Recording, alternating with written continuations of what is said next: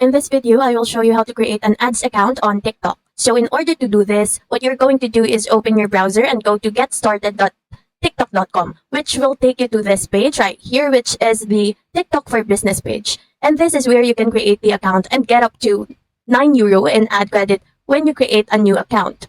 From here, just scroll down a bit until you see create your account and then enter your email address and password.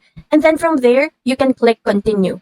And then just confirm your email by entering the code. Then here, enter your business name, industry, phone number, and optionally your website URL. And then you can also customize your account more by entering your time zone, country, and currency. And then you will need to tick this box and read this. And then just click get started.